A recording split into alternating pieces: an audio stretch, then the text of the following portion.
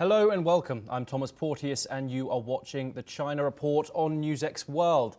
Let's take a look at some of the top headlines of this hour. US President Donald Trump is set to meet Chinese President Xi Jinping in South Korea on the sidelines of a regional summit.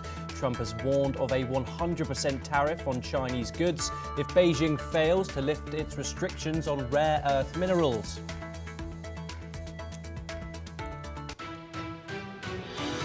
Now, Asian markets surged after the White House confirmed a planned meeting between Presidents Trump and Xi next week, sparking hopes of easing trade tensions between the world's two biggest economies. The rally came as a recent surge in oil prices stalled, following days of sharp gains after Washington slapped sanctions on two major Russian crude producers.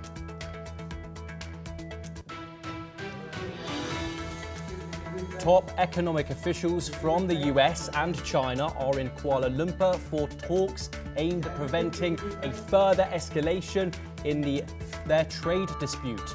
US Treasury Secretary Scott Bessent and Trade Representative Jamieson Greer will meet Chinese Vice Premier He Lifeng ahead of next week's Trump-Xi summit.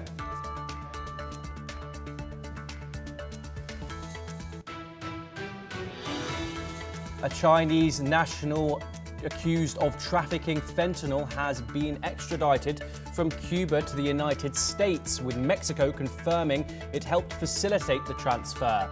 The suspect, known as Brother Wang, had escaped house arrest in Mexico in July before being handed over to US authorities.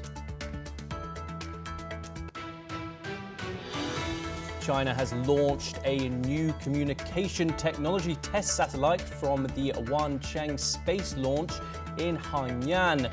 The Long March 5 rocket successfully placed into orbit to test multi-band and high-speed communication systems.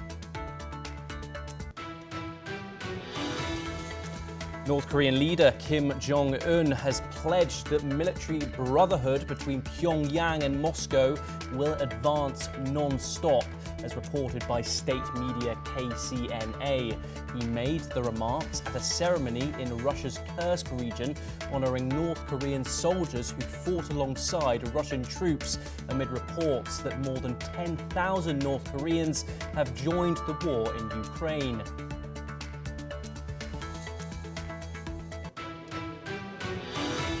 US President Donald Trump has terminated all trade negotiations with Canada after calling a political ad featuring former President Ronald Reagan fraudulent. The ad, criticizing tariffs as job-killing, prompted Trump to accuse Ottawa of egregious behavior, according to his post on Truth Social.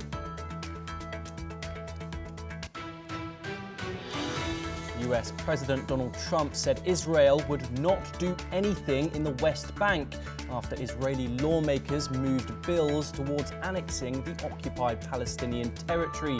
Speaking at the White House, Trump sought to downplay concerns over the legislation, telling reporters, "Don't worry about the West Bank."